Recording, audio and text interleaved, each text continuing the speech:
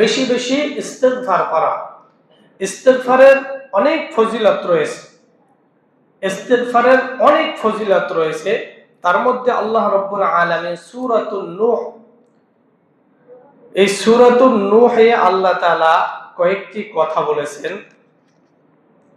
রব্বুল আলামিন বলেন, যে ব্যক্তি ইস্তেগফার করবে তার জন্য সুসংবাদ হলো যে ইস্তেগফারের কারণে তার গুনাহকে মাফ করে দেওয়া হবে, তার শক্তিকে বৃদ্ধি করে দেওয়া হবে। আরো অনেক গুণ আল্লাহ তাআলা বর্ণনা করেছেন।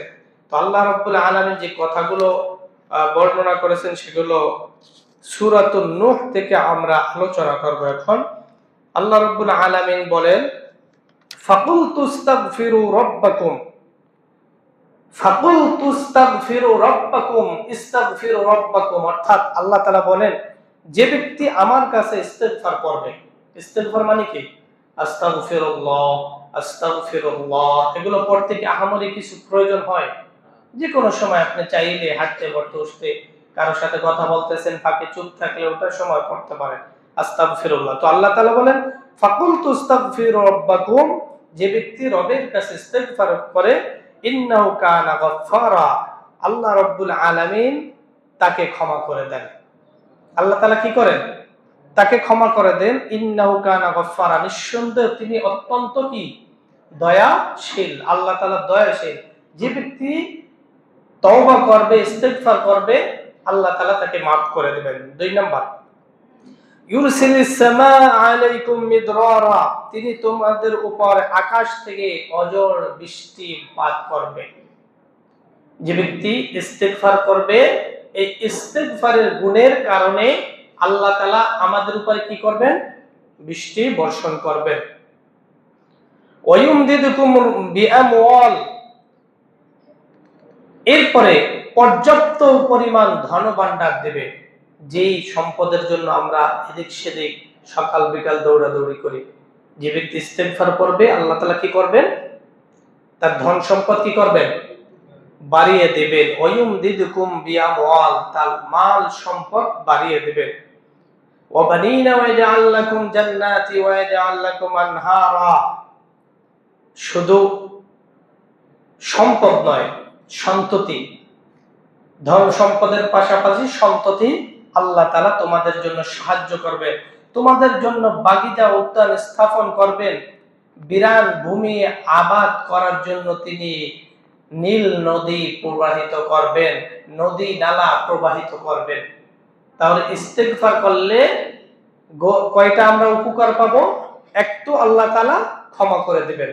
ফাকুলতু ইস্তাগফিরু রাব্বাকুম ইন্নাহু কানা গাফফারা। 1 নাম্বার, যে ইস্তেগফার করবে, আল্লাহ তাআলা তার গুনাহগুলোকে maaf করে দিবেন। 2 নম্বরে, আমাদের জন্য আল্লাহ তাআলা বৃষ্টিপাত করবেন, বৃষ্টি দিবেন। সমাজে অনেক সময় যারা কৃষক থাকেন, জমিতে বৃষ্টির প্রয়োজন হয়, পানির প্রয়োজন হয়। ওই সময় যদি তার জমিনে পানি না আসে, পানি দেওয়া না হয়, তাহলে ওই ফসল কি হয় না? ভালো হয় না। এজন্য আল্লাহ তাআলা বলেন, ইউরসিলিস সামাআ আলাইকুম মিদরারা, যারা ইস্তেগফার করবে, আল্লাহ তাআলা তাদের জন্য অঝোর বৃষ্টিপাত জমিনে আসমান থেকে করবেন। 3 নাম্বার, ওয়ায়ুমদিদুকুম বিআমওয়াল, সন্তান সন্ততি ধন সম্পদ বাড়িয়ে দেবে। ওয়াবানিন, সন্তান সন্ততি অর্থাৎ ছেলে মেয়ে এবং সম্পত্তি। ওয়ায়ুমদিদুকুম বিআমওয়াল ওয়াবানিন ওয়াজআল লাকুম জান্নাত, তারপরে জান্নাতের উদ্যান, জান্নাতের যা কিছু প্রয়োজন। আল্লাহ তাআলা বলেন, কোন কৃষকরা চায় যে একটা উদ্যান প্রয়োজন, বাগানের প্রয়োজন, যে কোনো বাগান, খেজুর বাগান বা ধান ক্ষেত, যেগুলো চাবে, সেজন্য ইস্তেগফার করে, ওয়াজআল লাকুম জান্নাতি ওয়াজআল লাকুম আনহারা, তাদের জন্য আমি নদী নালা প্রবাহিত করব। যারা তাদের সেই যে ভূমিগুলো ছিল, জমিনগুলো ছিল, যেগুলো রৌদ্রে, চৈত্র মাসের রৌদ্রে চৌচার হয়ে গেছিল, ফেটে বড় বড় ফাট হয়ে গিয়েছিল, আল্লাহ তাআলা বলেন, ওই নদী, ওই ফাটগুলো জমিনটাকে, শক্ত জমিনটাকে আমি নরম তুলতুলে করে, আমি উদ্যানের জমিনটাকে এমন ভাবে করব যা তোমরা বপন করবে, লাগাবে, আমি আল্লাহ তাআলা সেখান থেকে তোমাদের ফসলের ব্যবস্থা করে দেব। সুবহানাল্লাহ। তাহলে ইস্তেগফারের গুণ কয়টা আমরা পাইলাম? 4-5টা। এক নম্বরে আল্লাহ তাআলা ক্ষমা করবেন, 2 নম্বরে আল্লাহ তাআলা আমাদেরকে আসমান থেকে বৃষ্টি দিবেন, 3 নম্বরে আমাদের সম্পদ বাড়াবেন, 4 নম্বরে আমাদের সন্ততি বাড়াবেন, সন্ততি অর্থাৎ ছেলে মেয়ে দিবেন, 5 নম্বরে জান্নাতে উদ্যান অর্থাৎ জমিনটাকে আপনার আবাদ করার জন্য যা কিছু প্রয়োজন আল্লাহ তাআলা ব্যবস্থা করে দেবেন। সুবহানাল্লাহ। এটা সূরা নূহতে আছে 10 নম্বর আয়াত থেকে আপনার 12 নম্বরের আয়াতের ভিতরে, 2 আয়াতের ভিতরে কথাগুলো রয়েছে। তো এইজন্য ইস্তেগফার, আল্লাহ রাসূল সাল্লাল্লাহু আলাইহি সাল্লাম বলেন যে আমি প্রতিদিন 100 বার ইস্তেগফার করতাম। কয়বার? আল্লাহ রাসূল কয়বার করতেন?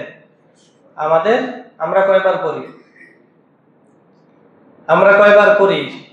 মনে আসলে কোন সময় হয়তো 2-1 বার করি বা নামাজের পরে 2-3 বার করি। কিন্তু আল্লাহ রাসূল সাল্লাল্লাহু আলাইহি সাল্লাম বলেন নামাজ ছাড়াও আমি দৈনিক 100 বার, মিয়াতা মাররা, আমি 100 বার ইস্তেগফার পাঠ করতাম। রাসূল সাল্লাল্লাহু আলাইহি সাল্লাম যদি 100 বার করে তাহলে আমাদের এই সমাজে আমরা যে অপরাধ করি আমাদের 1 কোটি করলেও সেটা দ্বারা কিছুই হবে না। তারপরেও যেহেতু আমরা মানুষ, আল্লাহ তাআলা আমাদেরকে ইস্তেগফারের মাধ্যমে ক্ষমা করবেন। এজন্য অন্তত 5 ওয়াক্ত নামাজের পরে 500 বার পড়ার চেষ্টা করব, না হয় দৈনন্দিন 100 বার চেষ্টা করব। পারবো তো ইনশাআল্লাহ?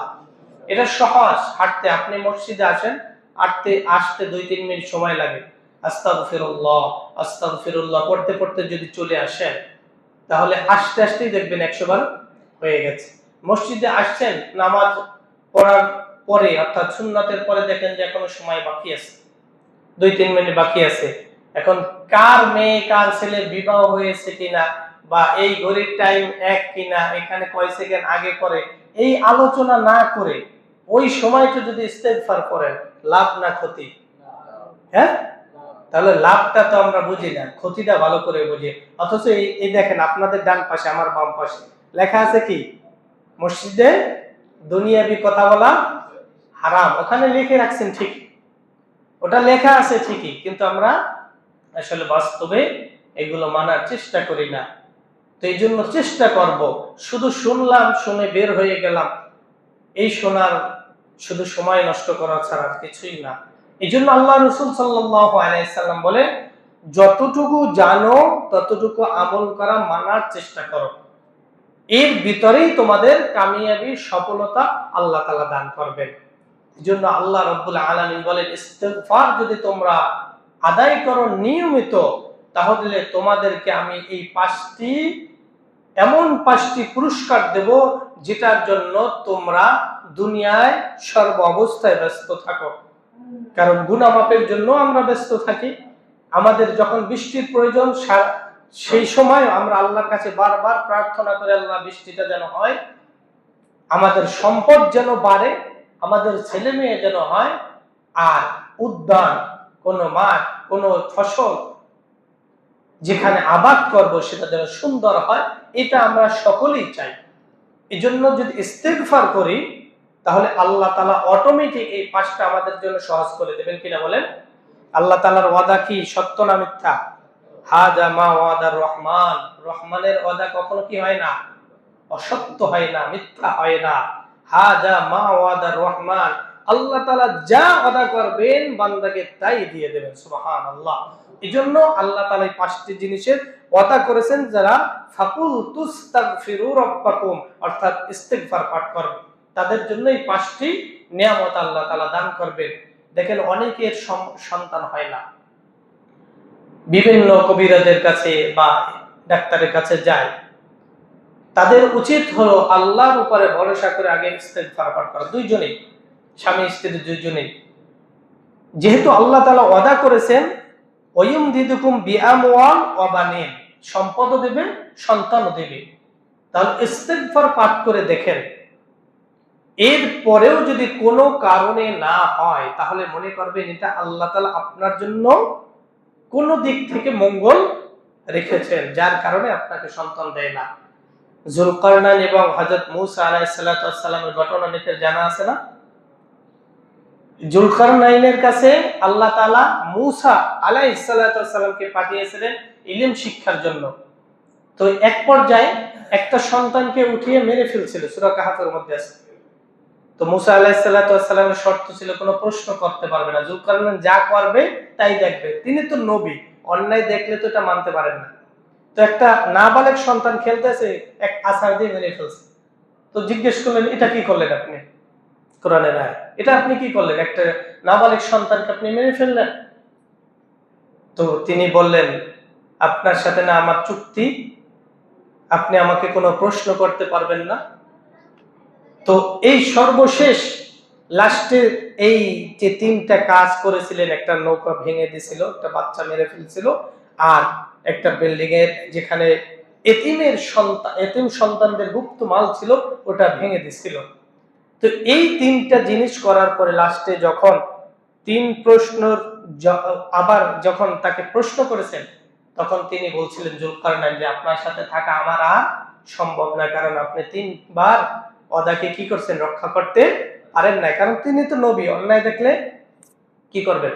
এতিমের সম্পদ উঠিয়ে দিলেও ভালো কথা ছিল, কিন্তু এই এতিমের সন্তান যদি এখন উঠিয়ে দিত, যেহেতু তারা এতিম ছোট, তার আত্মীয় স্বজন এগুলো সম্পদগুলো নষ্ট করে ফেলতো, এই জন্য সেটাকে তিনি আরো মজবুত করে রেখেছিল যাতে সেখান থেকে কেউ তুলতে না পারে।